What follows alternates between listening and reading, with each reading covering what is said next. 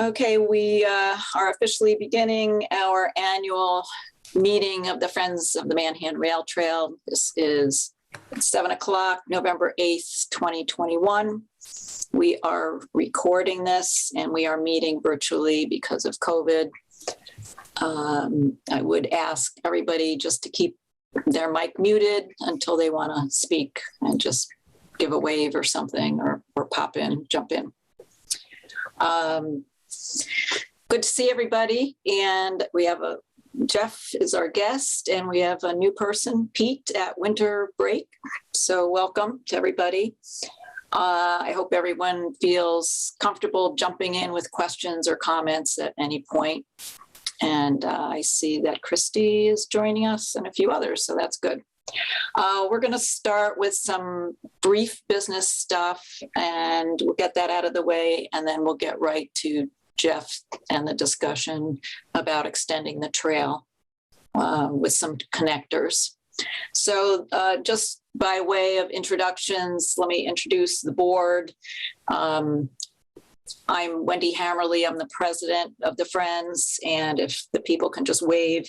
So Barbara is the treasurer, and Steve Donnelly is our secretary. He should be jumping in hopefully soon. And we have several directors, including Peter Brooks. Hi, Peter. John Bader, who hasn't jumped in yet, and Ralph Sturgeon, and Liz Sturgeon, and John Lacido. So what we need to do every year, because this is a requirement to maintain our nonprofit status, we need to open this up to nominations. If anyone would like to jump in and take over one of these positions or nominate themselves to do that, and then we can have a vote. If not, I assume the current slate is willing to continue. Do I hear any nominations? Anyone interested? Okay, then I guess what we'll do is have I'll ask for someone to make a motion to re-elect the current slate of officers. Does anybody want to make that motion? All right, Ralph is making the motion. Do I hear a second? Okay, David, and all in favor? Aye. Aye. Aye. Anybody opposed? Okay. All right. Secondly, we have to approve the minutes from last year, and I'm sure you all remember what we talked about a year ago. But anyway, if anyone has any corrections or changes, Steve is our secretary. He has jumped in. So anybody have anything they want to change on the minutes from last year? Okay. Thanks, Steve, for joining us. Now Barbara is going to give our treasurer's report. Go ahead, Barb. Should we have a motion to accept the minutes? Oh, yeah, sorry. Anyone want to make a motion to accept the minutes? Also move. Okay, and second? Second. Okay. Everybody in favor? Aye. Okay. All right, Barb, go ahead with the treasurer's report. Okay, I did send the treasurer's report out, but since I think I can actually share my screen, I think I will. So, okay, can everybody see that? Yes. Yay. Okay. So yeah, this is the report as of right now. I haven't gotten the interest on the money market for October yet. But the business checking, I just made a nice deposit of about $3,400 in dues. So that's pretty nice. That shows up in the dues under income. This year we paid to have a section of the trail repaved because of some root problems. And what I did was I went to our city donation account and I took $5,200 from there to replace the money that we paid out, because it is money for the trail. And so I moved that over. All three of the mill owners have paid their mill owner support for this year. And The $2,500 from the city support, that's from last fiscal year. I'll be submitting that fairly soon. So the total income with those, which includes that 5,200, which really is kind of a transfer, was 16,532.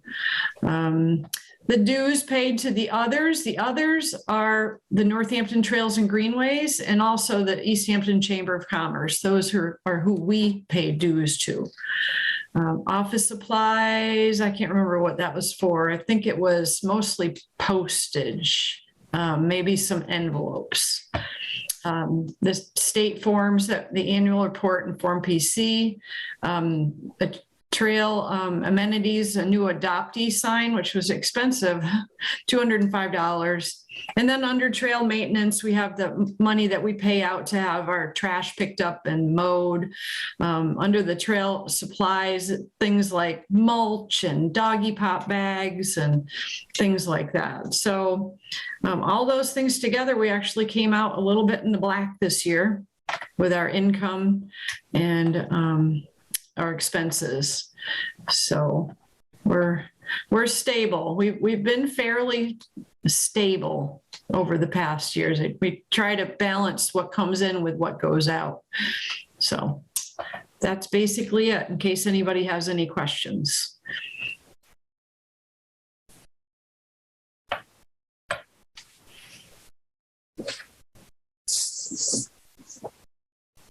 Looks good, Barb. I don't have any questions. Anybody else have any questions?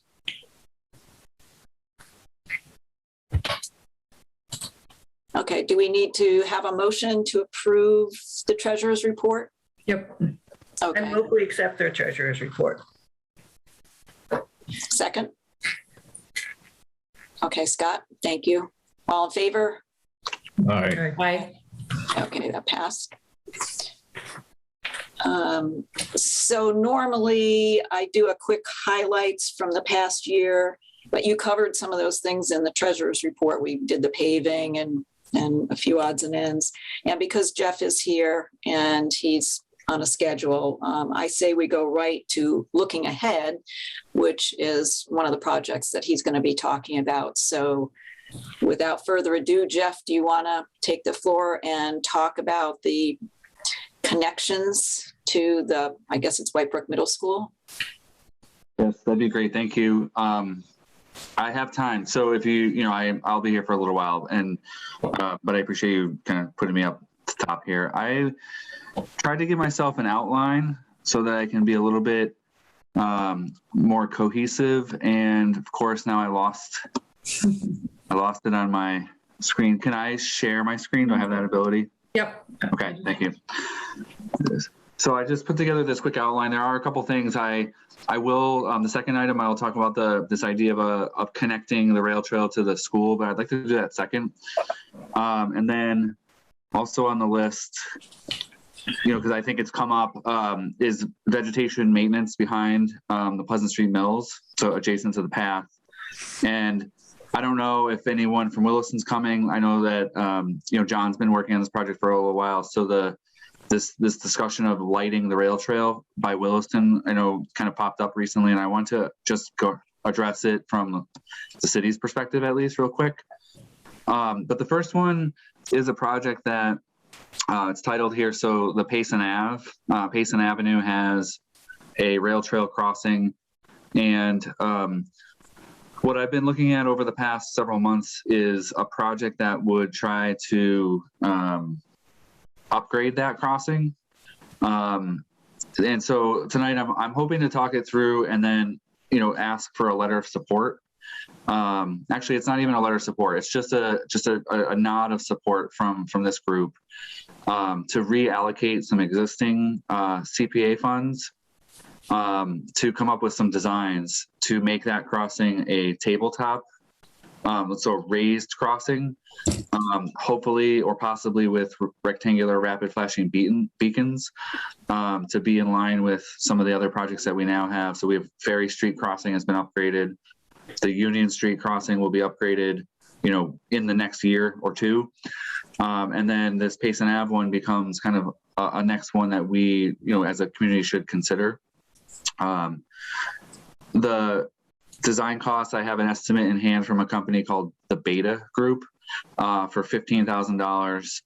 And the goal is to be ready for a grant that I see that there's a grant coming up in January from the Mass DOT's Shared Streets and Spaces program. And their goal is making connections, enhancing the safety for bikes and pedestrians. And we've gotten this twice now. The first one that we got was where we installed the rapid flashing beacons on Williston Ave. And we created a new crosswalk, a new sidewalk along the pond. At the same project funded rapid flashing beacons down on Pleasant Street. And we also paved a connection from the high school to Nonotuck. And then the second one was for the Spot Lot series that we had, those outdoor concerts at Town Hall. So I'll stop my share for a second. So going back, many of you probably will recall some of this, but in 2009, 2010, when Stuart was here, CPA allocated 20, probably more, but allocated funds to support the connection to Northampton. And as that project has come and gone, it's awesome, so successful, it's great. But there's $25,000 left in this account that we do not believe needs to be set aside for that purpose anymore. And it would be designated to support the rail trail in some way. And so this is a project that Jamie, who administers the CPA, had been asking me for quite some time, what should we do with this? And this project kind of rises up for a couple of reasons. It's on our complete streets prioritization plan as an important crossing for us to look at in terms of making it more safe for users in terms of their interactions with cars. And then the idea with this Mass DOT funds is they will not fund any design work. So we have the funds and we have this idea of a project, and we could potentially come up with the designs and a cost estimate between now and January and try to apply for the funds to construct it. So it would be a project that we could potentially see come into fruition pretty soon, and builds off Ferry Street, builds off Union Street, and it kind of would be this really important upgrade for students who might be accessing the new school from sort of the other side of town. This is really these are the three key road crossings that they would encounter. And so I'm kind of asking for the rail trails nod of support to spend at least 15,000 of that 25 for this purpose. And unless I'm wrong, my understanding is that we can't use it for maintenance of the trail. That's been what I've been told, at least. So this was kind of the next best project. And there's a couple other things, because what I try to do when applying for grants is ask a lot of our consultants. And so this is a really rough, it's busy, but this is my graphic to get the conversation rolling. This portion here, A, is the actual rail trail crossing. So with the $15,000, we can get a design for presumably a raised crosswalk here with rapid flashing beacons. I think it is subject to change once they get out there and try to figure out what's the best way to improve this. But that would be kind of the main part of the project. And then if you're out in this vicinity, this area circled as B is an existing crosswalk that comes basically from Williston's side of the building over Railroad Street. But if you think about that intersection, the end of the crosswalk brings a person to a non-ADA compliant curb, and it actually sends people into the road to then hook and kind of you hook left onto the rail trail. So we think as part of this project, they can redesign this crosswalk to come and meet somewhere, either the rail trail or building another sidewalk. So it has to be addressed, basically. And so that would be part of the design. And then The big blue circle D going down Payson Ave is an idea to take the existing sidewalk, which is probably 4 feet wide, maybe 5 feet wide, it's concrete, and make it wider, up to 10 feet, all the way from the rail trail to, we do have a pinch point coming down by 50 Payson Ave. The design work would bring us not quite as far as this shows. It would bring us to people may know where the mailbox is at 50 Payson, and there's this sidewalk that runs into 50 Payson. Our project limit would go to there, but the idea would be that we could pull onto city-owned property and make the sidewalk wider, which we are looking at, I'm looking at because I've heard the committee's goal of trying to connect the rail trail to the downtown. And I think this would accomplish 85% of that. And the white arrows are indicating where the driveways would become ADA compliant. The fire station entrance, the main fire station entrance isn't that bad, but that first parking lot is not ADA compliant. And then if you've ever really looked at the entrance to 50 Payson Avenue, it's really not ADA compliant. It really tips you right towards the road. So someone in a wheelchair or people with strollers it's just not properly built to today's ADA standards. So we would seek to have that upgraded. So it's a big project scope, but the consultant will try to give us the preliminary concept plans and cost estimates before January, and then the Shared Streets and Programs grant funds projects up to $200,000, and we would figure out how much of that we can apply for with that project. So that's a mouthful and a lot, and I would be happy to answer some questions.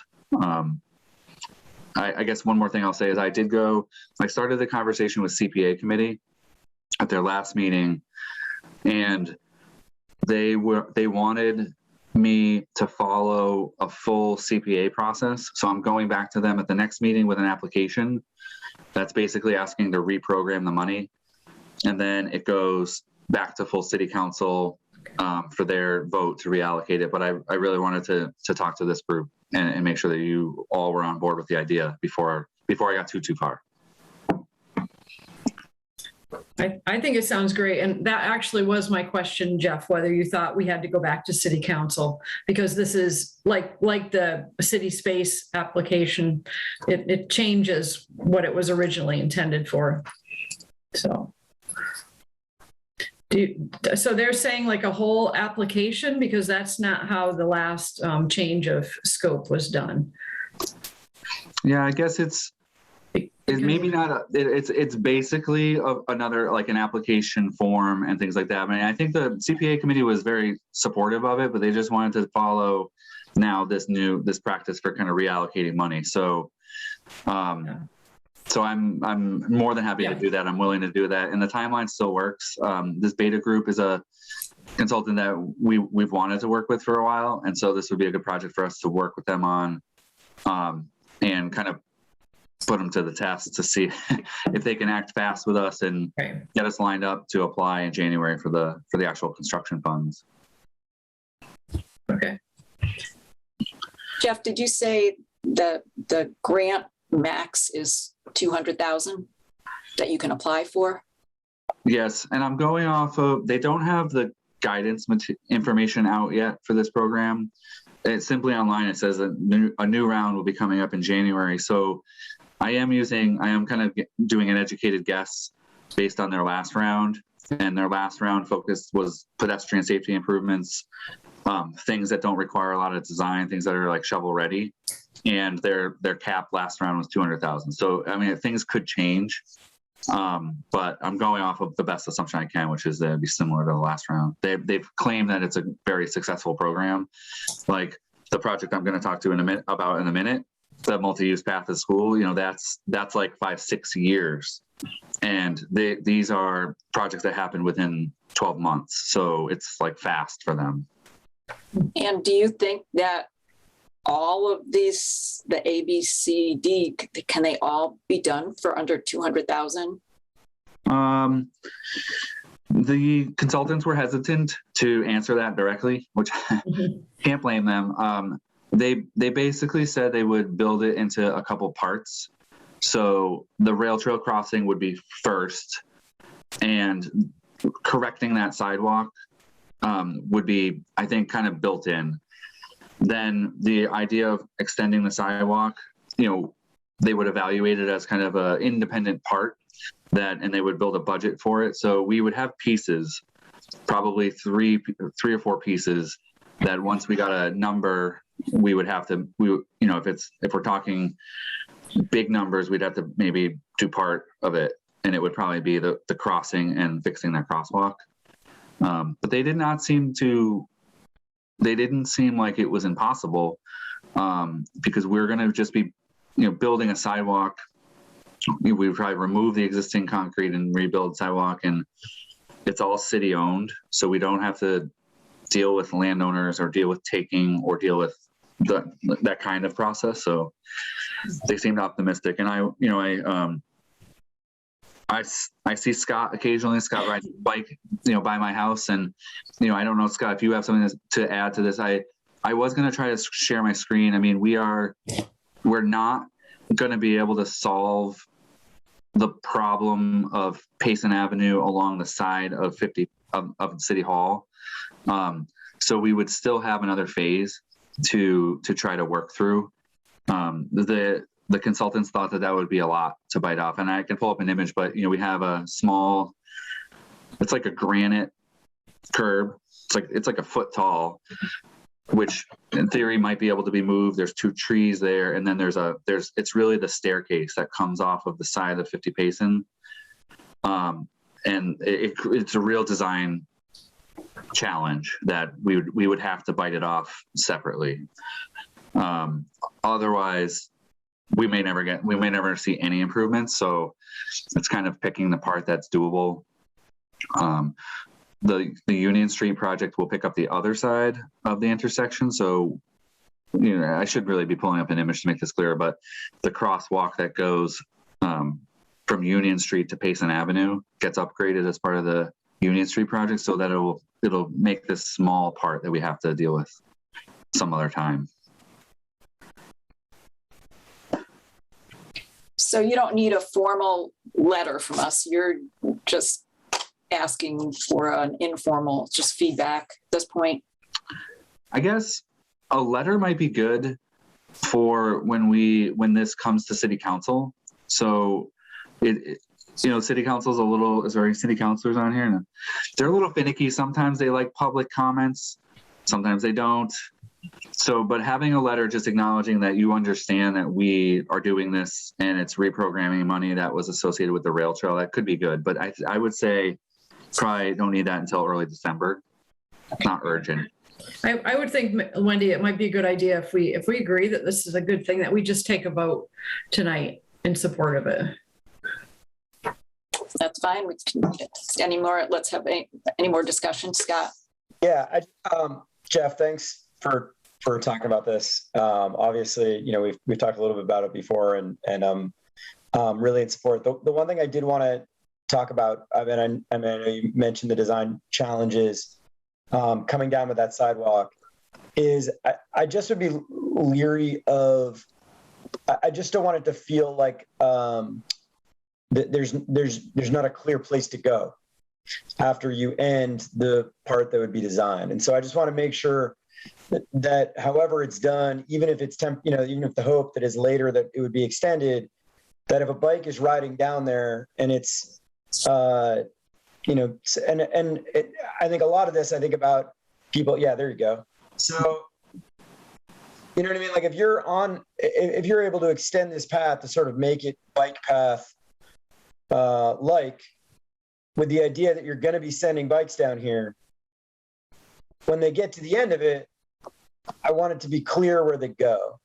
I think sometimes there can be frustration on paths or lack of understanding when there's not those clear connections. One thought that I did have is, I don't know if it's possible to even direct people through the into the parking lot or through the parking lot, or like somehow they would need to either go into the street, or it would need to be signed that you can bike on the narrow sidewalk. It just like, there needs to be a way to have this continue. Because people don't ride bikes just for fun. They ride bikes. I mean, they do sometimes, but sometimes people are riding bikes to get places. And we need to make sure those connections are really clearly understood. Yeah, I mean, I think it makes total sense, Scott. I think, if we engage the beta group to do this, in January, we'll kind of know some numbers and what's really feasible. But I think if it is thumbs up kind of feasible, working in a sign, I mean, when I go down there, I typically go into town hall parking lot, because especially because riding on the side of Payson Ave right now, it's not the worst, but it's not the most comfortable with kids. So as soon as we pull into the 50 Payson Ave parking lot, it's like a little sigh of relief. You're like, okay, I made it away from the road. DPW has been great. I have not checked this with Greg, but we did the spot lot. So they were very willing to paint circles in the parking lot. And I bet if we painted a path, a route with, the thing I've wanted to do so bad is get the silhouette of the bike rider and stencil it in. Yeah. And if we made those kind of through 50 Payson Ave to kind of get around the back, I think that would be viable. So yeah, I think it's noted what you're saying. And I think we will have to watch that and just keep that a part of the project going forward. A few $100s for some signs or some paint, that should work out. Yeah. Just go ahead. That I totally agree with that taking a breath when you get from that section to I felt that exactly the same thing with my kids. And I think that could be solved with paint through that lot. One possibility there would be to it would be going over grass a little bit, and it wouldn't, to my mind, it wouldn't be a big design cost, but something that might, just to make it a cohesive project, would be to connect to that crosswalk that would go across to the boardwalk. And what that would allow people to do is, if they were biking down Williston, on either side, there would be a clear place to cross. Like if you're biking down Williston from Nonotuck Park, there'd be a clear place to say, okay, I'm going to hit the thing here. The lights would go. Now I cross. Now I bike through the lot of 50 Payson and onto the trail that cuts up. You see what I'm saying? Like that would be like a clear way to connect it. So anyway, I know this, it's not to get too granular. The biggest point is just like, we need to make sure on both directions that there's clear connections. And I think you are thinking this.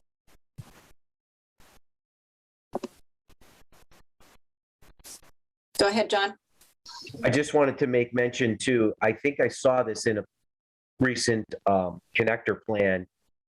This was an idea I had a long time ago, but isn't there still also a possibility of using the land, the strip of land between the parking lot and pond to do a connector from the trail right to the crosswalk to connect you to the boardwalk that's completely off road, behind the parking lot? Yeah. I think years ago, there was a design that went right from the trail, didn't even take you out to Payson. Right. You went right from the trail behind the public safety building, behind 50 Payson, and took you down to Williston. And I don't know where those designs, I mean, I don't think they were formal designs, but that was a consideration at one point. So I don't know if there are issues because of the proximity of the pond, if you're doing construction. I don't know what the limitations will be, but that's another alternative to just avoid Payson Avenue. Yeah. I mean, John and Scott and probably others have mentioned that. I did one day, fairly recently, I dug out the plans for the public safety complex. And I think as far as they got was showing it. It was shown on that plan. When was that building built? Maybe in 2000? Maybe it was 1998 or something like that. Then 1998, 2000. I have tried really hard to nudge that concept forward, and there are some issues. I think that this this is a item that we could, in my mind's eye, which I rely on that sometimes, is I could see this, I could see the sidewalk along Payson getting wider. I could see that happening in the next 2 years. I can't see the off-road trail happening. There's a couple things. So it's not well known, but it's happening, I think, is that they're going to build a cell phone tower in the back corner of 50 Payson, I'm not 50 Payson, sorry, in the back corner of the public safety complex, where the trail, where this bike, the off-road would leave the Manhan and go along the back. There's a cell phone tower that's being initiated by the police department that's going to go there. We are thinking about a skate park in the other corner, where behind 50 Payson is like where there's the shed and trailers and some of the staff cars park. But I will say that my nudging, when we would lose the entire row of parking along the back of 50 Payson. And I know there's concerns about the skate park. I think we would lose like 5 or 6 spaces in the back corner. They're really underutilized. But the bike path going along the back, along the pond, will lose all those parking spaces.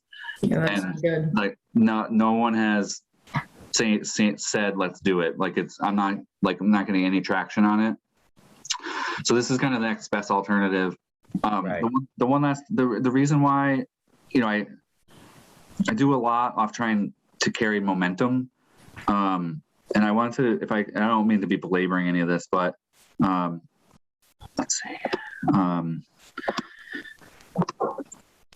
So the other thing that I think Scott mentioned, the connection on Williston Ave, which I think is important, but I think one of the things we're trying to figure out is if you're a person who lives anywhere on the upper side of town here, so anywhere off of Holyoke Street, Briggs Street, all those neighborhoods which have a pretty high concentration of students, you would presumably come down Cottage Street, and then you would make this crossing. This crossing is going to get improved. The timing is off, so it's going to get improved as part of the Union Street project.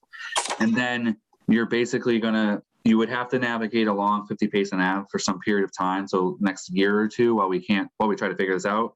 But then otherwise, you have a straight shot to the rail trail.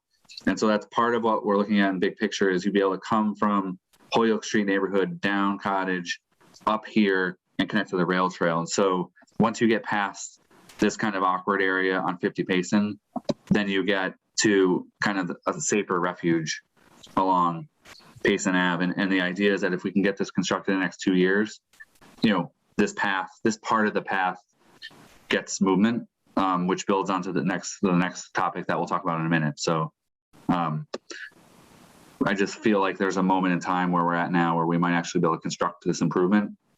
And I've tried to nudge the off-road path, and I think there's a bunch of things working against that. Okay. So Jeff, you think 10 feet, I mean, I see that sidewalk every single day, and I know that there's a lot of people that use it with, strollers and little kids. And I mean, do you think, 10 foot wide, that's like the trail width. I mean, do you think that that's wide enough to prevent conflicts from all of the different, the users that use it right now and people on bikes? No, yeah, I appreciate that, Barbara. It's a great question. We're gonna grapple with that on all these new routes and these ideas. The estimate that I have, the proposal does say 10 to 12 feet. So I think there's along the public safety building, there's a couple of design considerations that's what we need kind of the design professionals for. These 2 trees these may be like the biggest issue that we encounter, is if they, I think even at 10 feet wide, we're likely to impact them, but at 12 feet wide, they're going to have to be removed. Do you think new trees would be planted in place of them, like further back in the yard? Yeah. I hate to lose trees, because you're talking about the ones outside of my office too. And I hate to see like every single tree down in that strip being taken out. Yeah. Yeah, it's an important thing. And when we talk about the next project, there's a lot of discussion about trees, but then the other design issue is this entrance to 32 Payson. Yeah. So like, it's actually really funny. This has the scarecrows from last year and the bike paths that are, like most most bike racks have to be paved now, like bring actual access up to them. But I think this distance here between the back of the sidewalk now and that railing, that may dictate kind of a final width. How wide is the sidewalk itself right now? Do you know? I didn't measure it. My guess 3 feet? would be, my guess is it's 4. 4? I mean, it's slightly better than, for example, the sidewalk on Park Street, but it's definitely not wide. Like today's standards, everything is trying to go as wide as possible. We weren't thinking like that in 1998, I guess. Ask, is there any kind of current bylaw that says you can't ride your bicycle downtown on a sidewalk? And if there is, do we have to be concerned about that? My understanding, which is not final say by any means, is that the riding of bicycles is prohibited on Cottage Street and Union Street.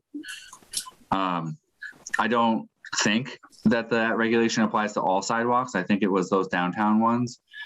So I think it is a discussion that we probably have to have as a community, but there is a notion that Cottage Street's a little tricky to ride down. So right.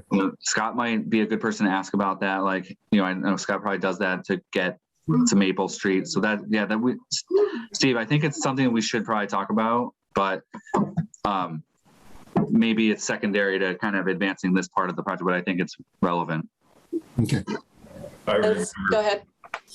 If I remember correctly, you are correct. It's a little bit of Main Street, Cottage Street, and Union Street. The business district. The business district where sidewalk riding is prohibited. Now, of course, I haven't been able to ride in about 3 years, but while I was riding, I never rode on a sidewalk anywhere in town. I always rode on the street. So Payson was on the street all the time. I wonder if this expanded sidewalk would come in the same category of multi-use paths like what's down by 1 Ferry Street. Right, that makes sense. Like not really a standard sidewalk, it's a multi-use path, and it seems like what you're talking about on Payson would be a similar thing. Yeah. So probably would be restricted. I think that's the idea. And I think to Scott's point, like some kind of sign about it being multi-use, like that might be helpful if we can actually try to make this happen. But sorry, go ahead. Down in Southampton, I mean, I don't know how many people, when you're driving through the center in Southampton, they added those big wide, super wide like sidewalks. I mean, is that similar to like what it would be? I could never figure out exactly what that was. But when they redid the road, they made these really wide, I'm assuming it's a multi-use path. Is that correct? Yeah, that's the Southampton one is a great one to look at in terms of what Mass DOT wants to see.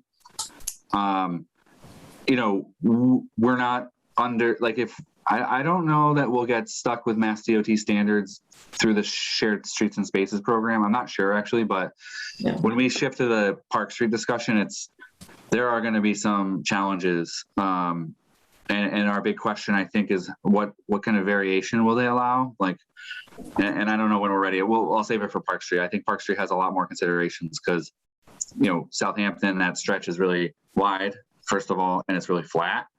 And on Park Street, we have not really wide and not really flat. So it's going to be a little tricky. Right. But to Barb's point, do you know, is that officially a multi-use path? You can ride a bicycle, on one side and have people going both ways? Or is that just a big wide sidewalk? It's a great question. I do not know. Maybe it'd be a shared use path. Like, I don't know. It's a great question. I don't want to keep speculating, but I don't know the answer. Okay. Just a couple things to follow up on what you said. I mean, I know, and I totally hear you as far as the momentum against going behind on the, along the pond. I do think that's too bad. I do think that is I think that would be a more direct route, a more scenic route, and one that I think would have better long-term impact for our community. I think it was the Complete Streets plan. It was when Jess was around. I forget. When that path was talked about, I know there was a really big dollar number attached to that. And part of that was the idea being that it would be boardwalked and that there wouldn't be a loss of parking spaces. So I know that at one point there was a thought that could be done without losing parking spaces because it would be like boardwalk along the pond. So for what it's worth, I'm putting that out there. As far as Cottage Street and the sidewalks, I do want to say, I think about all this through, and I know you do too, Jeff. I mean, looking at it through the eyes of kids and parents who, my goal is for parents to feel that they can send their kids to bike to school safely. And if the regulations are that you can't bike on the sidewalks in Cottage Street, I mean, I don't think there's very many parents that are going to say, okay, kid, like bike in the street there. Because especially in the morning, people are rushing. It doesn't feel super safe. So I think at some point that should somehow be rectified. And then the last thing, I guess, just I think I really applaud the goals of adding more paths. So I'm certainly not naysaying, doing the wider sidewalk. I'm looking at a plan of right now I'm looking at a picture of the overhead of the parking lot. If there's a way to sort of create a path that safely navigates through that parking lot, ideally I'd like to minimize cars and bikes, especially kids on bikes. And so sending them through a parking lot isn't ideal, but if there's a way to do that, maybe it's behind the parking spots, maybe it's restriping it. I don't know. So I want to keep moving if we can. Jeff, I know you have some more projects Maren, did you want to jump in real quick? Well, I also just wanted to remind this group discussion too that there's the possibility of a solar array going in, a parking lot canopy that the mayor is trying to look at that would be behind the public safety complex. So I think that's exactly where this idea of putting in the trail would be, behind the complex. It's totally overpriced, so hopefully it's not going to happen, but that is also just another piece that's being in this conversation. I thought I'd just throw it in. Okay. Ralph, just real quick, and then so we can move on. You're muted, Ralph.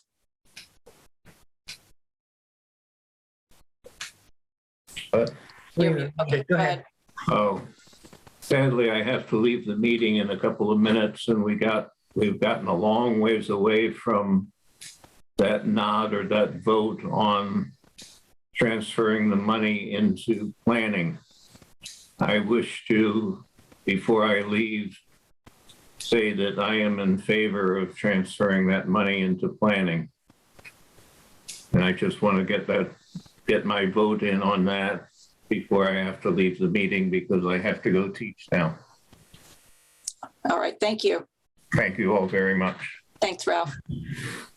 I'm staying. Okay, Liz. Are we ready to take an informal vote? Does anybody else have anything crucial to say? Or all right, let's go ahead, and everybody in favor of giving support to this idea of that Jeff has outlined so far, put their hand up. Aye. Okay, looks like it's passes quite easily. Okay. Is that Steve, good enough, Jeff? And we can write a letter whenever. Steve, do you have that motion well enough? Because we'll need to have that for the, to give to Jeff. What do you have the motion sufficient for your purposes? I'm sorry, were you asking Steve or me? Steve. Well, I wasn't, as usual, Barb. I was documenting informally. If you need something formal, spell it out for me and I'll be happy to put it in here. All right, maybe I move to that the Friends support the planning department's proposal to reallocate $25,000 to improvement of the crosswalk and design. How do you want to say that, Jeff? It would be design. Yep. Designs for improvement to the crosswalk and potential widening of the sidewalk. Something like that. Barbara, I don't take shorthand. So do you want to, all right, we'll spell it out here and vote on it. And then if you just want to send me a little rough draft of the wording you'd like. All right. Put it in the minutes. Okay. All right. Jeff, did you want to go on to the next project? Let's get a second and a vote. Okay. So I thought we already did that, but okay. Let's take a more formal vote. Anybody who wants to make the motion? So moved. Barb just made the motion. I'll second. Okay. Okay. And everyone in favor? Aye. Aye. Bye. Anybody opposed? Okay, good. Motion passed. Okay, Jeff, go ahead. Great. All right. Thank you. Ironically, oh, sorry, go ahead. I wonder, is there anybody here from Williston? If there is, maybe we should jump to that one first. There's 3 people here. I don't know if any of them are from Williston. Okay, I guess it doesn't matter then. Yeah, and if they jump on, I'm willing to let that happen first. That's totally fine with me. So ironically, this is a bigger conversation, like a much bigger project, but I think we're going to try to be quicker. I'm getting the sense. My goal with appearing before you tonight is to talk about a letter of support. We are going to be applying for a Safe Routes to Schools grant. It's due December 1st. And it's much larger than the item that we were just talking about. It's a grant that funds infrastructure improvements, and it's up to $1.5 million. And over the past, this is not new. So this started in about 2018, around the time that the community voted to support the funding for the new school. We took certain steps to take the big vision about connectivity.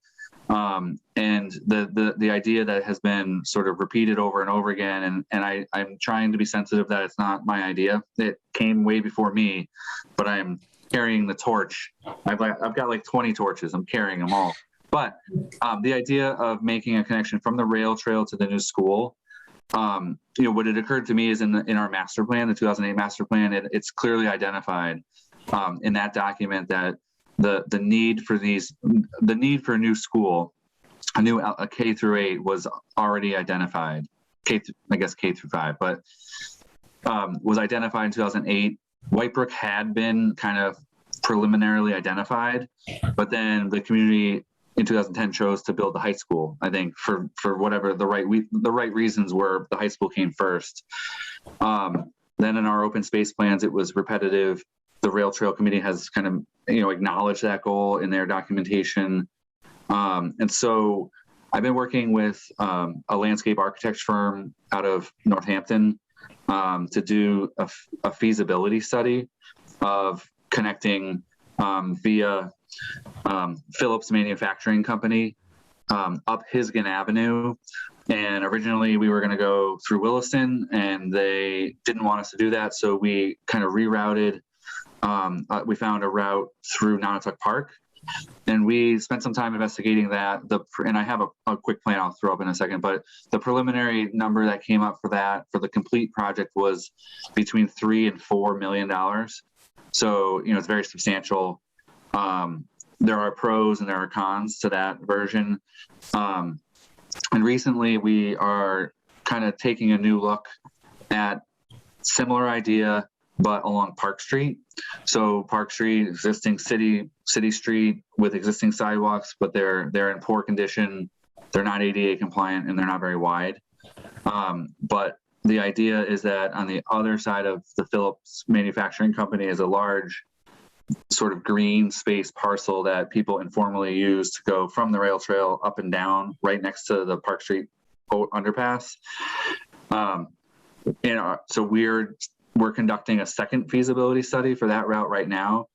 And what it's showing is that a handicapped accessible ramp from the rail trail up to Ward Ave is possible. And then what that would do is it would lead us to the sidewalks along Park Street and looking at their upgrade through the Safe Routes program.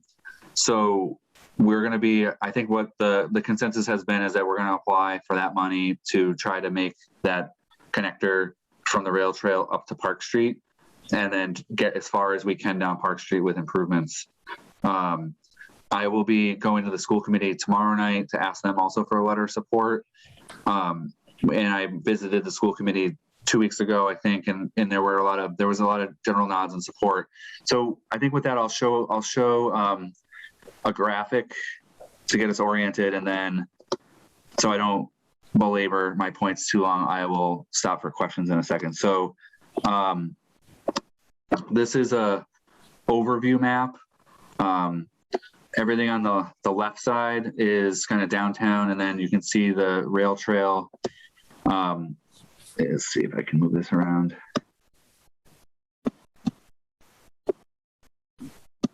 I can't zoom in, it's going to be too, so it's not going to work. The rail trail, as we all know, run like a bisects kind of from north to south in this picture. Maybe it's east to west. Anywho, the orange path was on one side of Phillips Manufacturing, across their parking lot, and up Hisgen, Daly Field. So we've been also meeting with the Parks Department, and they're very supportive of this. It would then go into Nonotuck to the very first pavilion, and then it would loop around the back to the first baseball field and come back through. There's an existing path that kind of would wind through and then end up at the back of the school. It's not as direct as a path through Williston would have been, but it is an option. But as we advanced this through, the cost was very high, and there was a little bit of concern that this would not be the most direct or the most likely for people to use, and also some good criticisms that this is a lot of new infrastructure rather than fixing existing infrastructure that we have along Park Street. So we're kind of in pivot mode right now to look at this other opportunity, which is the yellow line, which would create this ramp that, the preliminary look says that the topography would work to bring you up to Ward Ave.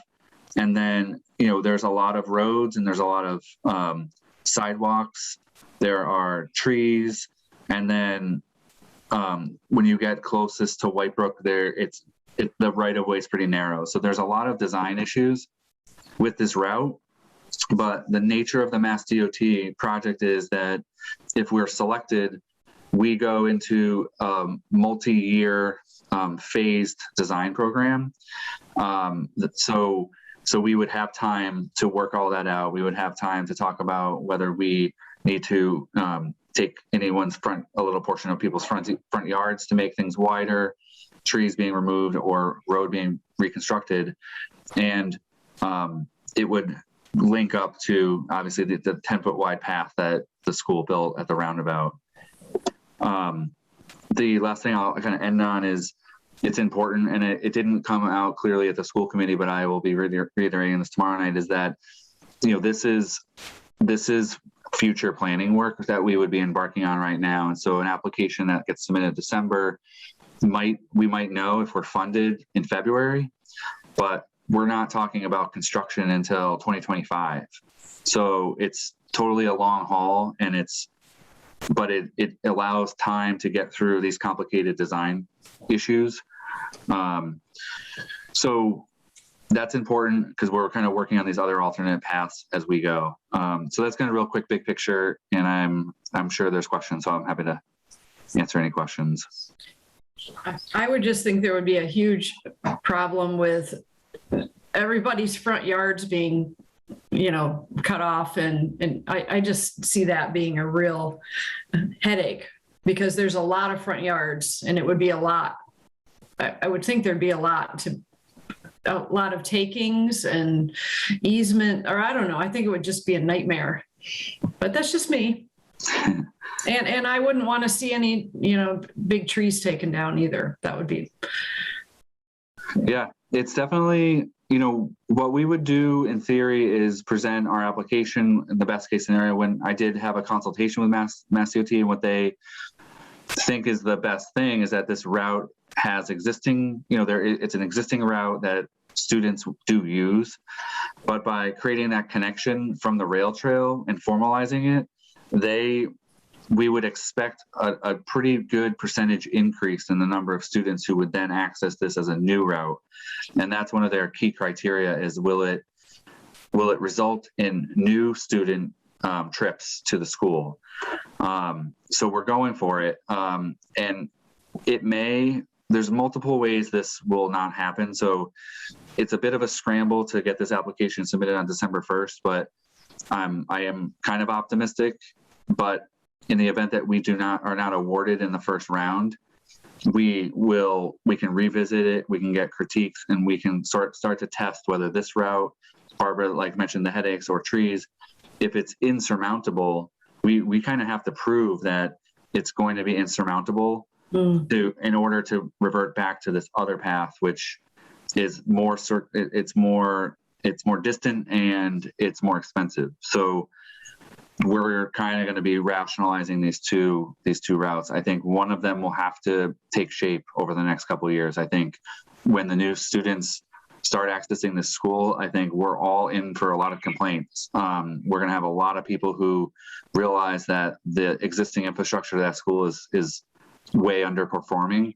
And so we'll at least have taken this first step. We'll have a feasibility for Park Street and we'll have a feasibility for the route through Nonotuck. But I'm of the opinion that we should not wait. We should make an application for one of them. And having talked to various people, some were pretty quick to shame us for kind of going for a route that is new infrastructure, a new route, that's farther, and not even trying to address our existing infrastructure. So we got a lot of people who, it was partially through the election and the conversations about the city spending money that it really kind of pushed us to look at the Park Street connector as the first shot to see if we can upgrade the existing route. So I'll stop now. Go ahead, John. I just wanted to make one comment because I've ridden on the sidewalk a bunch, and from Ward to the school is not actually a huge distance, as you can see it on that map you showed. But most of the houses, before you get really close to the actual school, have really long, huge front yards, and the sidewalk is also really far from the road. So if you were building from the existing sidewalk toward the road, you would really be affecting a lot of those people's front yards that they already utilize.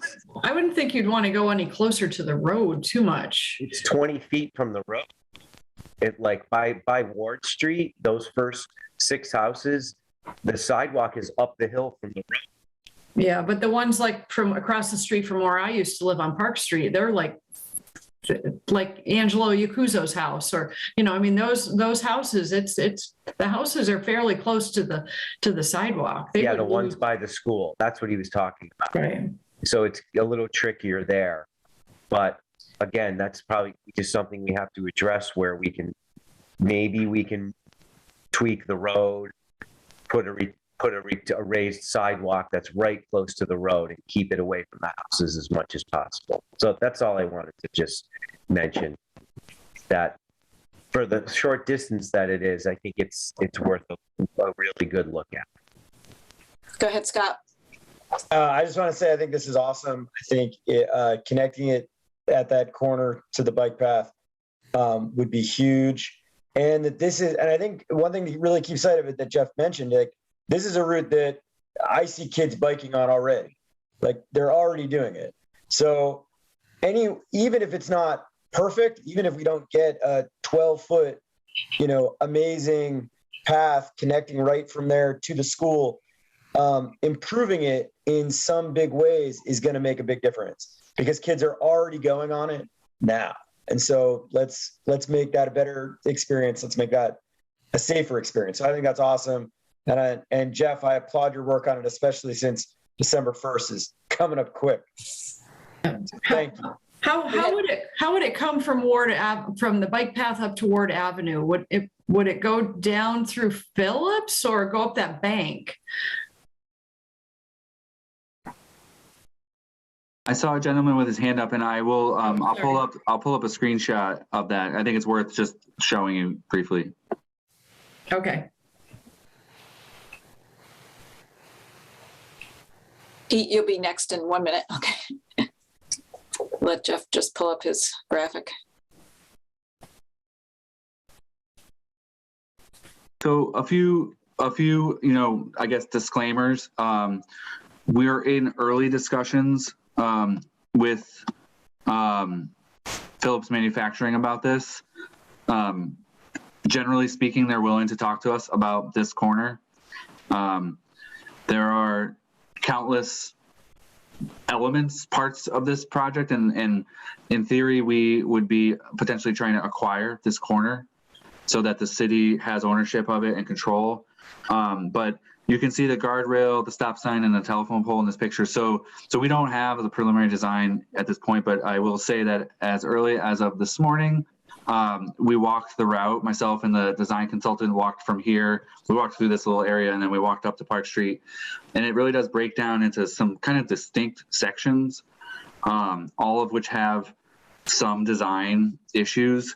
And this one, the idea generally is that you would maybe try to be able to land somewhere around this utility pole or somewhere at the top of the slope, and it would go towards Phillips Manufacturing down a slight grade, and it would arc to a left-hand turn, and then it would come back down to the rail trail. The slope is malleable, so it could be regraded. And the quick look at it, the design consultants have availability of aerial photography that has like 1 foot contours, and so it's a rough look, but they believe that it could be done without any retaining walls. And they're thinking, 8 to 10 foot wide path that would go down slightly downhill and then gradually turn and bank down and meet at the rail trail.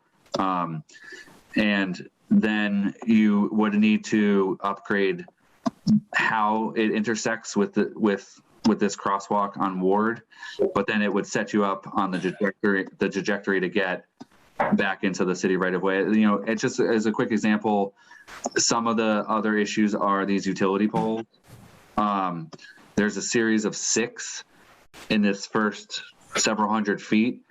All 6 would be problematic, and we may need to talk about pushing them over to the other side of the street. And because at some point at the top of the hill here, they all switch back. They go to the other side of Park Street. So at this point here, this is the last pole. Then they've switched to the other side of Park Street. So looking back down, the idea would be that these first 6 poles may have to shift to the other side, and that would give us room to reshape this. This is not a small undertaking, but to get the grant, the first several months bring you to 10% design. And at that point would be, it would be a little reality check for us. Mass DOT assigns us a consultant, so we don't have to pay for design consulting fees like Union Street. The city had to come up with all that money to pay for a design consultant, and through Safe Routes to Schools, they cover that. So there are some benefits of trying to get into their program. I definitely lost the thread of the question, but I think it was that connector down the hill. Which I think that alone is worth it. Just even doing that is worth it. Good. Well, that's good. I'm glad to hear that. It's good. And I guess real quick, the point being is that Phillips Manufacturing was a little bit uncomfortable talking about the other side of their building, which is what people are using now. And I'm just, in casual conversations with them, they're like, that's not great.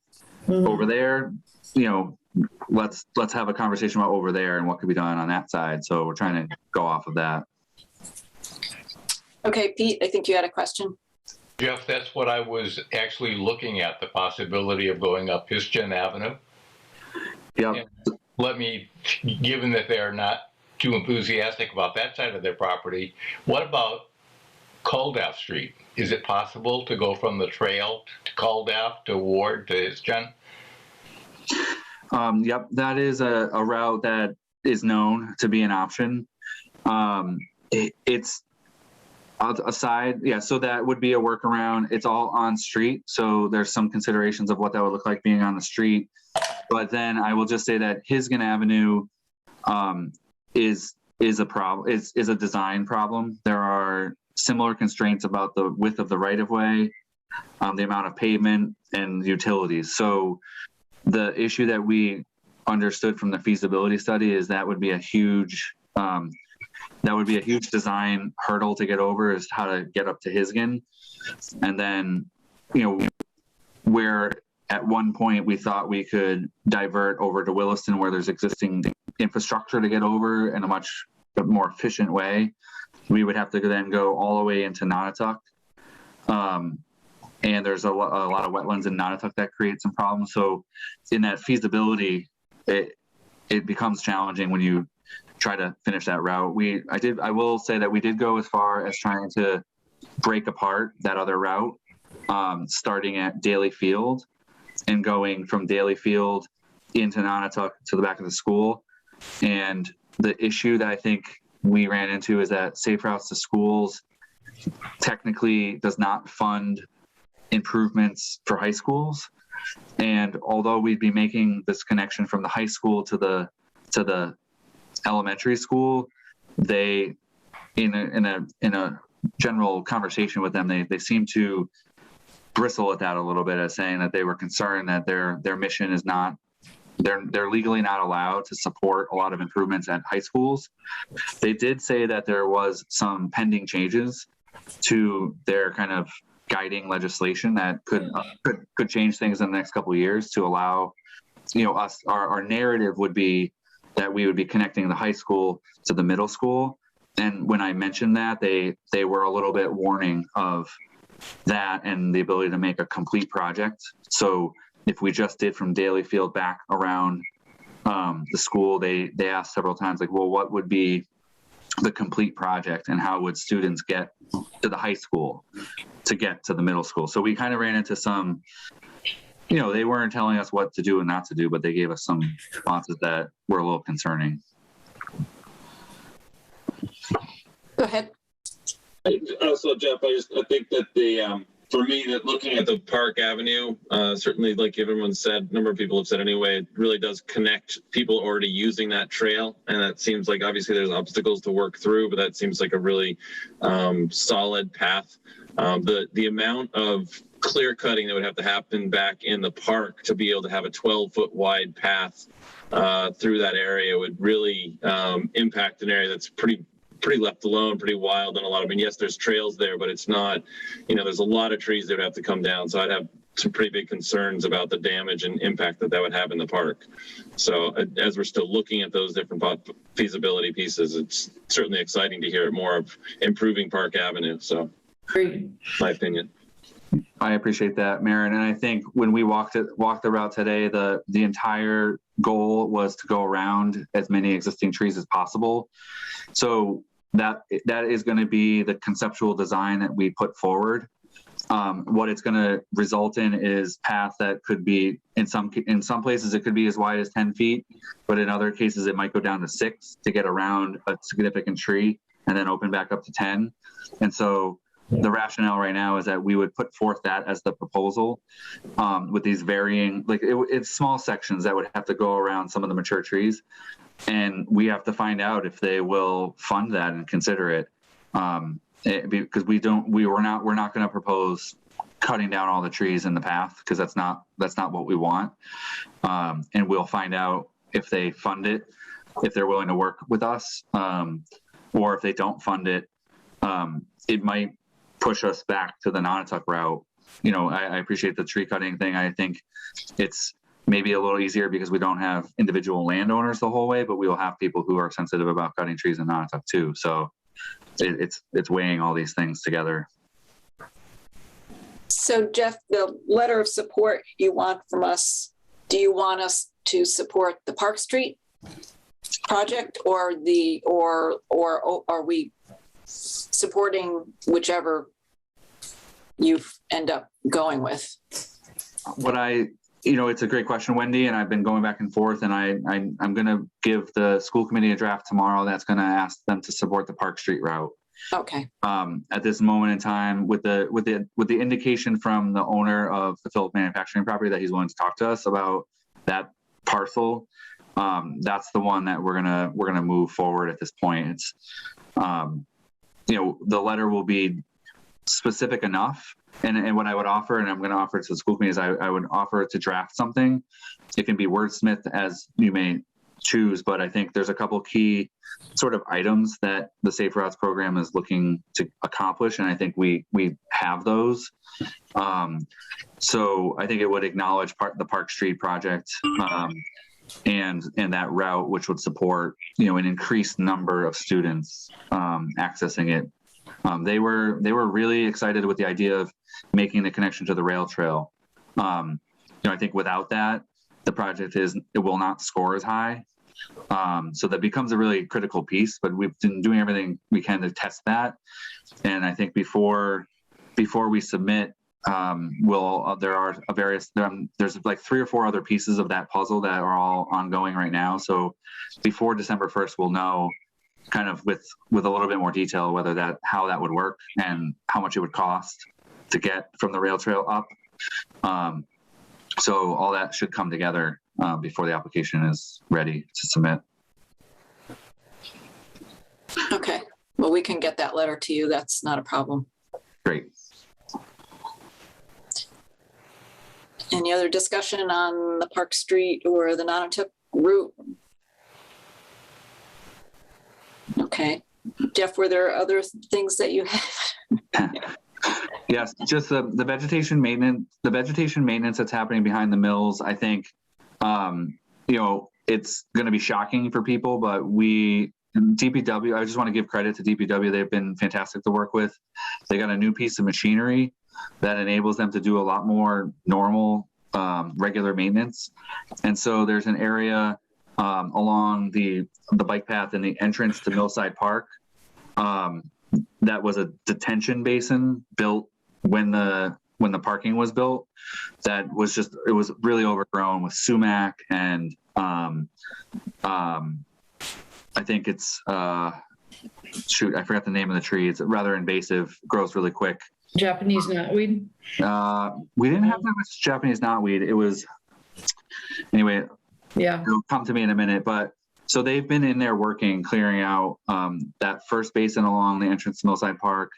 And then there's 2 other areas further down the bike path, kind of heading towards Union Street. One has that loop trail. And then the other one has just one walkway into a bench. So they've been cleared. And I know that the crews out there have been getting mixed reviews, but I just wanted to tell the committee that this is important work that should have been done a while ago.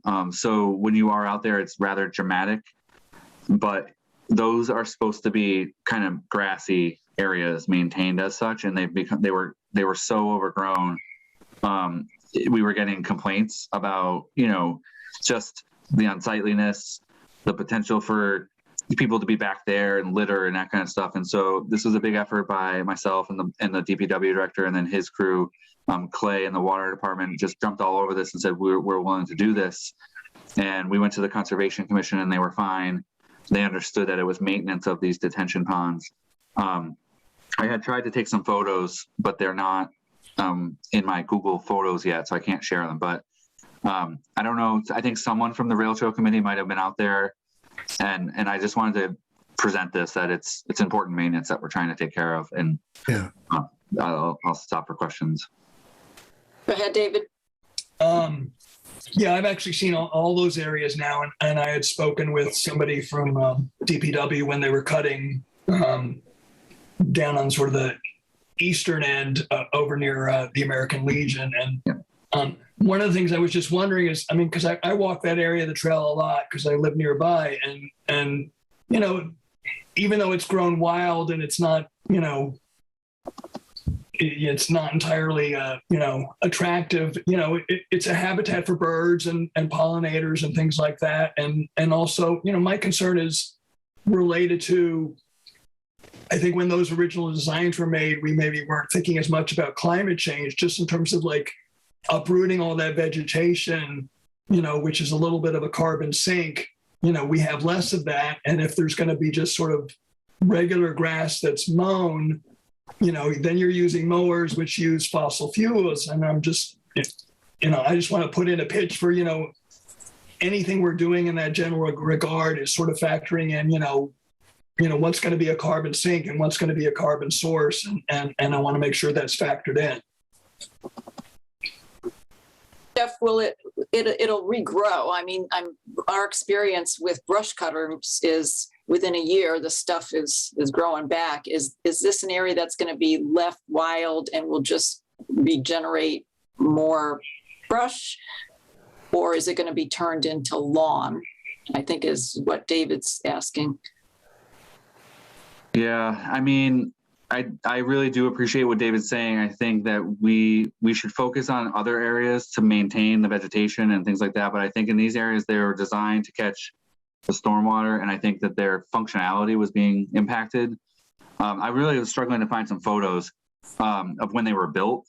And I think the simple fact of the matter is that the maintenance was not happening. So like it wasn't designed to become habitat. It was designed for that purpose. And so I'm respectful of what David's saying. I really do appreciate that. I think though, in this case, what we needed to do was get it back under control to the way that it was kind of designed to be, and that it would be continually maintained.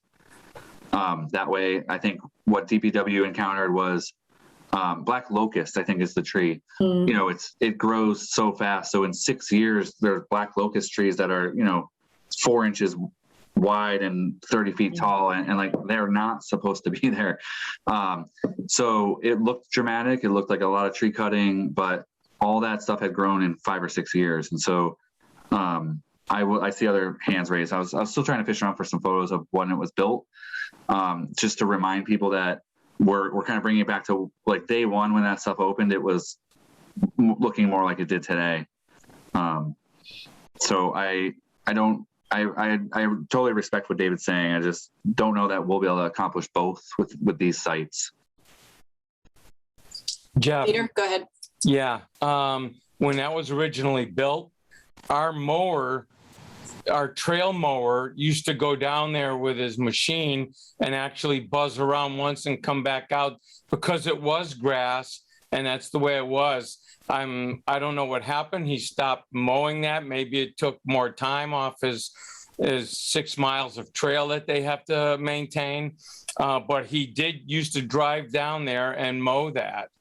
And getting back to the black locust, I've had many experiences with that, as working on issues with the roots that come right up to the surface and create issues along our trail, and they would do the same thing down there as well. So Yeah, I agree that, when this area was cut, I mean, it had gotten so out of control that a lot of the stuff was really big, and it looks really rough right now. But the goal of all of the mowing on the trail with the DPW, which I think we should be extremely grateful for, is to keep the vegetation at a young stage so that every year they can do it, and it's not like they're not taking down trees. I know I noticed this area, and I think it really needed to be done. It was getting extremely overgrown. And, I think there's plenty of places along the path for, things to get a little wild looking, but we have to kind of keep things cut back. And that really was very overgrown. Great. Like I said, I went out there this afternoon to take some photos, but they were on my phone, and that does not speaking to my computer right now, so I can't give any more information. But I just wanted to talk to the committee because I think it's important work. We were getting a lot of complaints about the areas being really overgrown, and I do want to say, I guess just as a a final update on this matter is that the owner of One Ferry Street did recently get approval by the Conservation Commission as well to do maintenance on going the other direction. So after you go over Ferry Street, the juncture of the path, and you go right, so you're swooping around the back of the mills. There's a section from the new retaining wall to the canal. And I just want to say this because I think it's going to be equally kind of shocking for people, but from the new retaining wall to the canal is going to be, all the trees are going to be removed so that it can be regraded down to the building and then be maintained. Yeah. So I think, that's going to be quite shocking for people, but that's a mess. That's a mess. I know, like Barbara, I know other issues have been where the trees have over time occasionally fallen onto the path and that kind of thing. And so this is a proactive attempt for the owner to get that embankment. It's just to be clear, it's from the path going towards the buildings. That's the only area that's going to be touched, and it goes up to the canal, and that's to kind of get ready for the next phases of that, the rebuilding of those mill buildings. But that when I asked the other day, they were thinking about doing that in the spring, but on the off chance that it starts to happen, I did want to just say that is going to happen too. It is going to be shocking, but it's confined to one side, the natural side, which is the other side where it goes into the wetland complex. There's nothing going to be touched over there. So that habitat is certainly important. It's never really been impacted like the mills, the side on the mill. So. Jeff, this is off the subject a little bit, but it's in that general area. I had somebody ask today, and I think we had talked about this before, where the bike path now crosses Ferry Street and there's the fencing. It's just, people are like looking around the rotary, and then the bike path is right there and the fencing is very close. And sometimes it blocks kind of the vision. Wasn't there talk about like removing some of that fencing or doing something to make that crossing? I mean, it's just, there's a lot going on right there. And I just wondered what's going on with that. It's come up. No one likes that fence, that's for sure. The conversations with the design consultant have been that they believe it's there for a purpose, which is to, for lack of better terms, corral people like right in there. I can't say this in an official capacity, but the discussion that we have had is that after the project is closed out, which will be no later than next June. Next June is the end of the grant program. When after that we're done, we can't spend any more money. Everyone will be walking away, except for the owner of Ferry Street has some maintenance responsibilities. Is when we have talked about taking down the fence after the project is formally completed. I wouldn't think all of it, just the stuff that gets kind of really close to the intersection. We've because you've mentioned it, other people have mentioned it. We brought it to the design consultant, and they didn't feel like formal. They didn't feel like it. They didn't feel like it blocked the line of sight. Although it has come up from multiple people, so we did try to bring it up to them, and they didn't.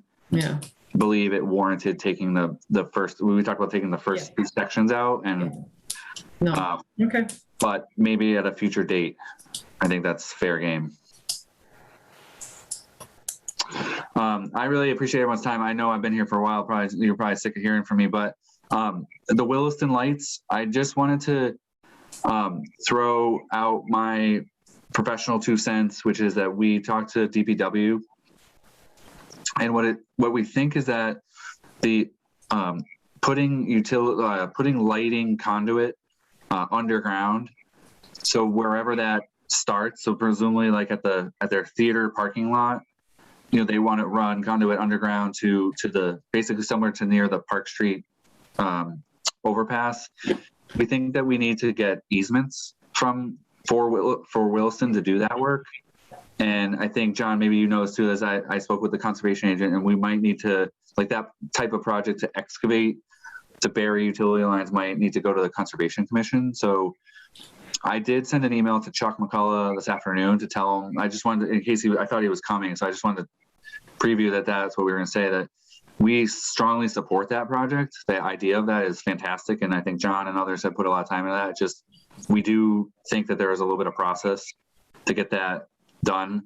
But I did say that I think lights mounted on the back of the Phillips manufacturing building or lights mounted onto the overpass are not, it's not the same. So we don't, and then paving that connector from the rink to the path is not an issue for the city, but the burying all that stuff in the right of way is something that when we talked about it, we thought we needed to get like an easement process underway with Williston. So John, Jeff, so you're saying Williston would be the applicant and would apply to the Conservation Commission for those easements, or apply to the city? Yeah, it would be the one part of the process would be the Conservation Commission, and the other part would be getting the easements from City Council. Okay, so it would be Williston, not the Bike Path Committee? That would be my suggestion, just because they are going to have to produce some documentation to formalize the project vision. I think it would be great if they were willing and able to do that. Okay. Yep. John, may I ask a question, John? Is that your understanding? Is that the scope of what they're talking about in those emails that popped up? Is it from like the theater parking lot to the overpass? Yeah, I can actually, I have a lot of updated information. Is it okay, you guys, if I just, since we're on it right now, go through it, even though it was slated for the next agenda? It doesn't matter. It's all. Okay. Go ahead. So I actually just talked with them today, and I spoke with Conservation as well. So first of all, the first approach is that we're going to put up as many lights as we can in existing places.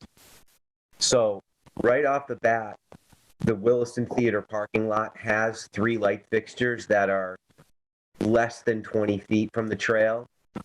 And they already ordered heads to put on the back side of those existing poles to light the first, I don't know, couple hundred feet. And then they already got permission from Phillips Manufacturing to put fixtures on the back of the building. You guys know where that is, right? Phillips Manufacturing is where the people drive through to get onto the trail. Where Jeff was just showing where we would do the switchback to come up from the trail. So they have agreed to let Williston's electricians come in and put fixtures on the back of the building. They also got a consultant in there who is ordering and donating, or they have a grant, some sort of LED grant, to get special fixtures to go on the building so that when they put a fixture on the very far, say, left side of the building, they're going to shoot the light down the trail. So what we're trying to do here is we're trying to avoid trenching and putting as many lights as we can. So before we make the assessment about how much we need to trench and all that, we're going to put up as many lights as we can. And then the third, there's 2 more places that they're going to start putting lights. They'll have to work with the town a little more for the bridge, but the bridge, basically a Park Street, the concept is to put a light on each side of the bridge shooting down the trail in both directions, and one underneath the bridge to light underneath the bridge. And then they're also going to put fixtures on the wall / ceiling rollers of the skating rink. And just shoot the light out to the path. So all of these, except for the bridge, they're going to be doing in the next few weeks. And then after that's done, we can make the assessment about how we want to add lights in the spring. And so I also have a concept that to avoid a lot of this hassle of doing the trenching and things like that, there actually is a lot of viable solar options. We may be able to put a couple of fixtures along the way to fill in the dark areas after we do this preliminary lighting, where we could put maybe 1 or 2 poles with solar panels on them that shoot the light in both directions to get just a couple dark areas that, depending on how long of an area we need to light after this first like phase gets finished. Isn't it kind of dark in there, like behind the apartments? How would you do solar back there? It's so dark. I mean, there's so many trees. Yeah, well, one of their fixtures actually is right there by the bridge, believe it or not, where it starts to get really dark, where the water starts. They have a fixture right there. So then you get through the woods there and it's dark, and then you're at Phillips Manufacturing already. So yeah, we would just be talking about that section in there. Yeah. I think my biggest concern, and then maybe between Phillips and the bridge somewhere, there might be a dark space too. But again, I think we need to see what it's like after we put these first lights in. Because like I said, they're going to also put a fixture on the closer end of Phillips Manufacturing towards the pond and shoot the light down through there too. So you know how there's always that water problem under the bridge, the Park Street Bridge? I mean, I wish that could be taken care of, but I mean, is that going to be any kind of, issue with lights? Or, I mean, there's always water on that bridge area. I don't know, but maybe that's something we need to address. I mean, I wish there could be a way to fix that, but that's been. Yeah, there's some kind of weird runoff because of the bridge. Yeah. Yeah, Barb, I thought that was like on the Mass tip sheet to fix that bridge eventually as some kind of a project, also to the line of sight, because there's kind of a hill there, it blocks the site. They were going to address that as well, all together as one project. Do you know anything about that, Jeff? I heard about that. That was years ago. Yeah, right. I have not. I don't believe that we have that project on any list at this time. For a tip, like the Mass DOT tip list you said? Yeah, I could have sworn it was on there at one point. Yeah, it was. Okay, I wasn't imagining it. No, did it actually drop off? But that was a really long time ago. Yeah. All right. I think the only thing I would say. Oh, sorry. What's that? No, I'm just kidding. Okay, go ahead. John, I think the only thing I would just say, and I would say this to you, or I would say it to Wilson, I would say it is, we probably need to be careful about the lights that you're trying to get to shoot the longest distance.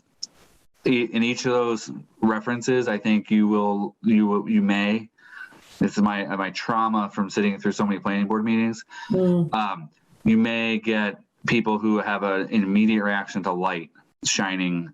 So like the idea that the corner of the Phillips shooting down the trail, those apartments are going to be there. And then they actually have 2 different lighting consultants working on. Okay, good. Yeah, that. So the whole linear lighting thing where it only lights the trail and doesn't shoot out or up.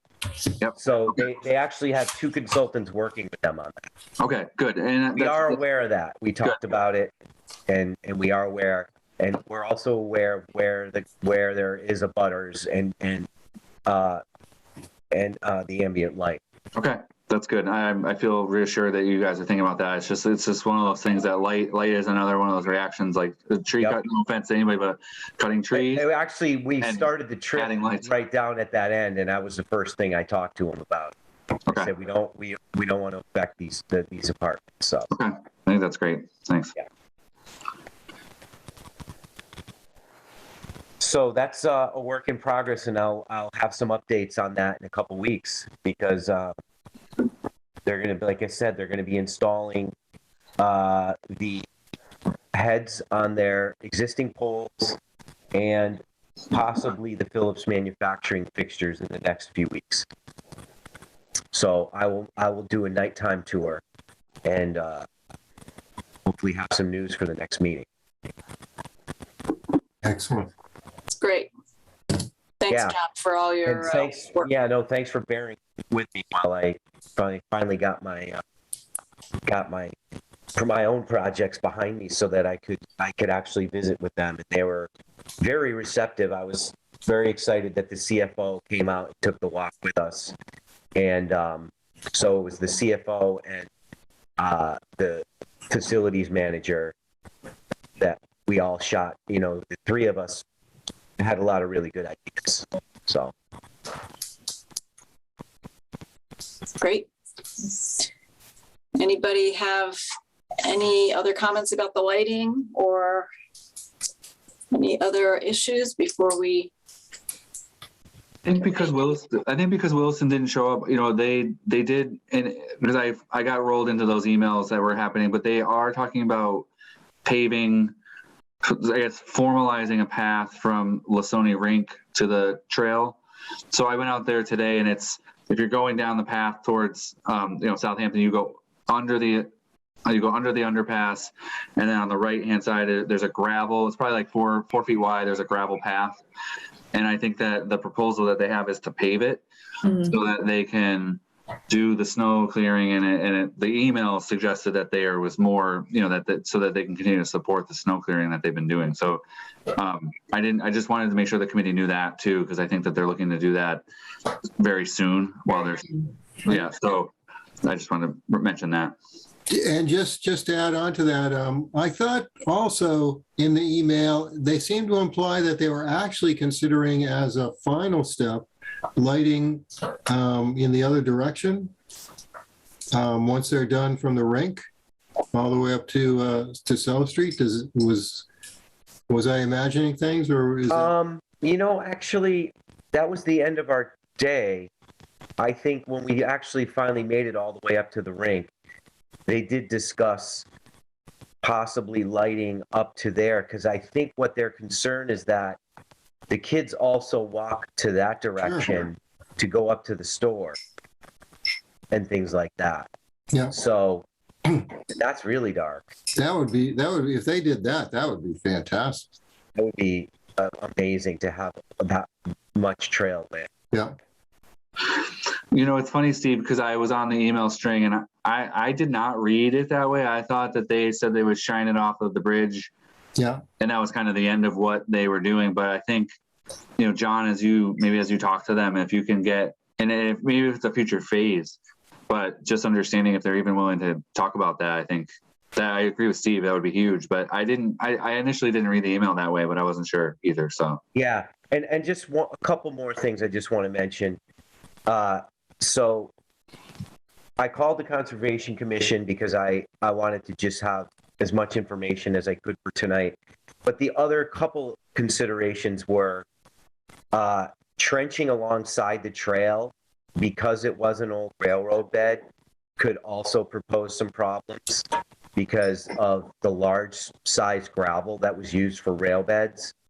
So trenching could pose a challenge. And obviously some of that area is wetlands. And then those guys came up with another possibility for some places, especially closer to the bridge, of dropping down off of the utility pole for electric and coming down to our own pole. At least even to get started, to get power down to the trench. But that also could be a possibility, even just to come down and get a pole from the bridge that we could at least light a little further without having to impact, you know, trenching and all that stuff with the trail. So I thought that was a really good idea as far as getting, at least even getting power down there, and avoiding trying to trench all the way up to the street and things like that. And John, I just want to confirm Williston, there's an understanding that Williston will maintain these lights. Is that correct? Well, so far, all the lights that they're installing are going to be on their property, and they are installing and maintaining the Phillips manufacturing ones as well. Okay. So, it was funny. So I finally get this meeting with them, and when I met with them, they had already been thinking about this for a while. It seems that they're already ordering fixtures. So great. Yeah. Well, thanks again for your thanks again for your hard work. Okay, unless anybody has anything else, it's starting to get late here. So any other comments, closing questions? Okay. Well, I guess with that in mind, we will ask if someone wants to make a motion to adjourn. This is just the Friends meeting. Correct. So moved. Second. Hey, David. All right. The Friends meeting for 2021 is adjourned. Thanks, everybody. We should take a vote, but Oh, do we want to take a vote to adjourn the meeting? Everybody in favor, say aye. I want to keep meeting. Keep meeting. Go ahead, Steve. All right. Thank you. Thanks, everybody. Thanks. thank you, Jeff. Thank Thanks, you, Jeff. for joining. And anybody who wants to stay on for the Rail Trail Committee meeting is welcome. And everybody is welcome to stay on for that as well. Oh, I thought that was already, I thought that already happened. Well, we just have a couple little things to do. Okay. I'm going to jump off, but thank you all for your time. And, Wendy and Barbara, I can circle back on the letters. Yes. For the letter for the safe route. So thank you. I appreciate it. No Okay. problem. Thanks, Jeff. All right, just a couple things that we need to do for our meeting, because it is getting late and it's too late to keep on talking too long. We have the minutes that Steve sent out for the meeting that was, September 13th? Is that right? Right. Right? If everybody's had a chance to take a look at them, any corrections? And if not, do we have a motion?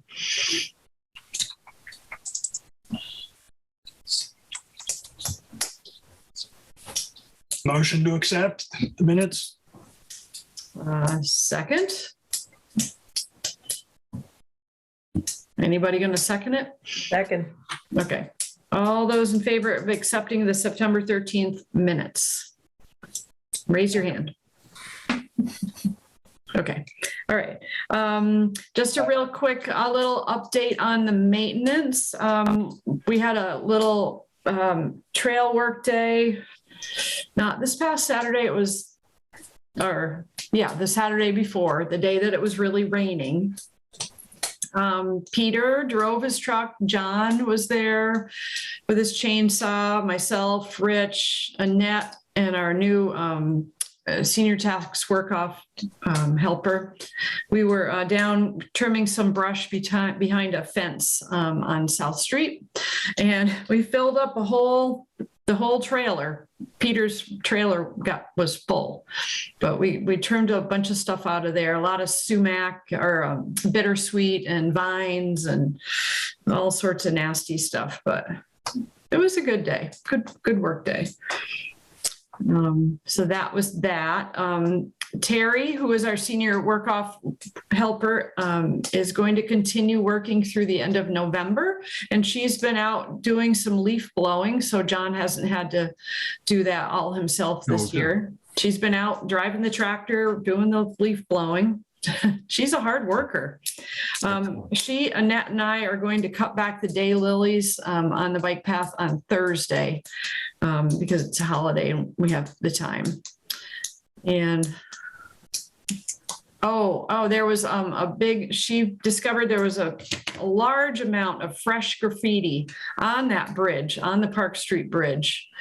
We contacted Williston, and they did a pretty good job of cleaning the majority of it off the stone. You can still see it, but it's much, much better. So Williston did that for us. And that's about it. And anything else? Peter, anything? John's not here, but that's all I know about. There was that little sinkhole behind Eastworks, and I had I stuck a brick in it and filled it in with dirt, so it's more or less level with the trail, so it's at least not as much of a hazard to stick your foot in and break your ankle. Was that off on the side of the trail? Obviously? Yeah, just on the edge of it, behind the west end of Eastworks. Okay. It is pretty bad. I saw it, Dave, what you're talking about. It's like near a little piece of fence. Yeah. and it almost looks like there's really a hole in the pavement, and then the dirt was like almost like scooped out. There was an actual hole, you know, like it was kind of weird to picture, but so it really is a menace. Someone, it needs to be addressed the next time we pave. And it's got to, maybe we should put a cone there or something, but. Well, I filled it in. I filled it in with some dirt, so it's not as bad. But yeah, you're right. It should be addressed whenever we can address it. So I thought DPW knew about that, and I thought we talked to them about it. I think we were mostly talking with them about holes like in the pavement. Well, this is it is in the pavement. Yeah. Right. Yeah. It's on the edge of the trail, but it's on the trail. If we're talking about the same one. Yeah, I talked to Greg about that, and he said he thought they were taking care of it. I guess I don't know where it is. It's so you know where, so you're going on the mills and you're almost at the end of the mills, and you know how there's that little path that comes out, and right, so it's before you hit that path. There's like, I think. Is it on wrong, Dave, right? It's on the pond side? Yes. On the pond side. There's a little section of fence, maybe 10, 12 feet long near it, I believe. Yeah. And it's marked also, at one point, someone had circled it with white paint, and which is faded, I think. Or am I confusing? There's another sinkhole down the other end of the trail. It's not quite as bad, but that one's good. So it's got paint around it, and Okay. I think we all thought it was going to get taken care of when they did the rest, but I think they got overlooked. They just didn't go far enough up. Yeah, I mentioned it to Greg a couple times, and I thought he said that. I mean, I can ask him again about it, but yeah. Yeah, it's on the south end of the mills. So Well, actually, that's west, but and now can you see the brick, or did you cover that with stone? no, it was deep enough where it held the brick, and then I brought a bucket of dirt and I put it in there. So okay. But that's just going to wash. That's not going to be a permanent. right. I mean, that's just temporary, but Okay.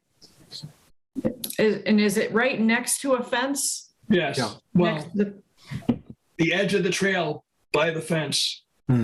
Okay. All right. Well, I'll see if he can go out. I mean, I'll ask him again, but I did mention that, that there were a couple little sinkhole spots. So I'll ask him again. There's one coming up towards Union Street that isn't as bad, but if you hit it, you rattle your teeth. Certainly, it's Is bad enough. Has that one got a circle around it too? I believe so. Yeah. I think I chalked that. I don't know if the chalk might have gotten washed, but I think David used paint. But Would it be worth buying one of these 5-gallon buckets of tar that you can buy at Home Depot and just tamping it down in there? No, I think they must just not know where we're talking about, because I've mentioned these little sinkhole things a couple times. Yeah. Who takes care of them? Well, the DPW would go out and do them. Yeah. Oh. But John, the sinkhole, that may work in some situations, but the sinkhole David's referring to is a true big. Yeah, it's a hole in the pavement and then a hole underneath the pavement. Okay. So Yeah, it eroded. yeah. Yeah. All right. Well, I'll talk to him again about that tomorrow. So, I mean, maybe we'll just have to go out and take a look at it. But, all right. I don't really have too much more. I wonder if we want to meet in December, just so especially John could give us an update on the lights. Maybe we could do it kind of early-ish in the month. Maybe the 6th or the 13th or something like that. Oh, not the 6th. I have another meeting. Like 13th. I know lots of times we'll skip December, which we could, but it's up to you. I'm available if you want to do the 13th. Okay. Fine by me. Okay, we can try the to make, maybe John, you can plan on hopefully giving us an update on what's going on with the lights at that point. And the other thing we need to stay on top of is we're going to run out of brochures here if we don't address that. Well, I mean, did anybody ever, did you talk to Northampton about, I did. Okay, what did they say? George said he was going to talk to a couple of people that had supplies of maps and see if they could share some with us. And also he was going to look into finding out if they had plans to do a reprint with or without a revision anytime soon. And he hasn't gotten back to me about either thing. So I'm planning to go to the Northampton Trails annual meeting next Tuesday. Maybe I'll get a chance to ask him then. I ran into him in person at the Northampton Farmers Market and asked him, and he said, yeah, he's talking to people, but I was hoping they could at least bust loose a couple of boxes of brochures for us because he knew several people who had supplies. Yeah, we probably have, a good part of one box left. Yeah, once spring comes, that's not going to last so long. Yeah, I've got a small stack here, but I'd go through that easily in a couple of weeks. Yeah. At Coleman Road, they just disappear. Yeah. I don't have the enthusiasm for going out and getting ads and doing this big fancy thing again.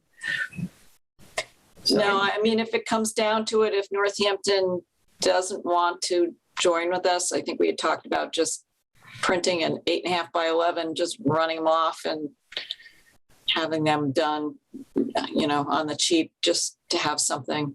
Yeah, that's a good idea. Just have color prints done of them. Yeah, and we can do something really simple.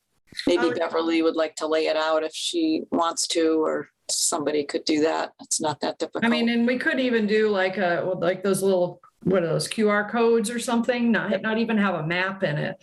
People could just bring it up on their phone or something like that. Well, I think we had talked about that at a meeting or two ago where several of us agreed that having that piece of paper, that physical paper, can be useful in some situations. Yeah. But I'll try emailing George in advance of that meeting and ask him if we can at least get a couple of boxes to hold us through. I don't know. I'm wondering what is going on between them and us because they took the Manhan name off of their piece of trail and didn't notify us or anything. We didn't know until, they scraped it off the bridge. So I'm wondering if they're somehow trying to distance themselves from us. Anyway, I'll follow up with George and see what he knows. I don't think that's, for some reason I thought, because I bumped into him when I was at that concert handing out bike bells. Somewhere I just remember, I think it had something to do with their just reorganizing their trail system or something. Yeah, no, I didn't get the impression they were trying to disengage, or maybe they thought it was a little too confusing to have the Manhan Rail Trail in Easthampton, but yet it was in Northampton or something. I agree, Wendy. They, for the longest time, have supported having just a single name for the long trail and not having individual names. So I think that's really the genesis of any. They want it to be like the Northampton, New Haven. There's no bad blood. They just don't want the Manhan Rail Trail name to exist. Right. They want it all to be one name. Yeah. And that's still in the process. I see Christy Banish has left the meeting, but she is the person who runs that meeting of trail people from the entire corridor. And so she's still working on getting all the municipalities to approve that name change. Apparently it's a big deal to get that done in some places. We just said, okay, we're doing it. We didn't have to jump through hoops, but that project is still in the works. All right, well, I'll talk to George and see what I can do. Okay, thank you. What time did we want to meet on the 13th? Do we want to stay with 7? Does everybody like 7 better than 6:30? Okay, we'll do 7. All right, anything else? Okay, motion, do I hear a motion to adjourn? I'll make a motion to adjourn. Second? Second. Second. All in favor? Aye. Yes. All right, we'll see you guys on the 13th. Okay. Okay, thanks. All right.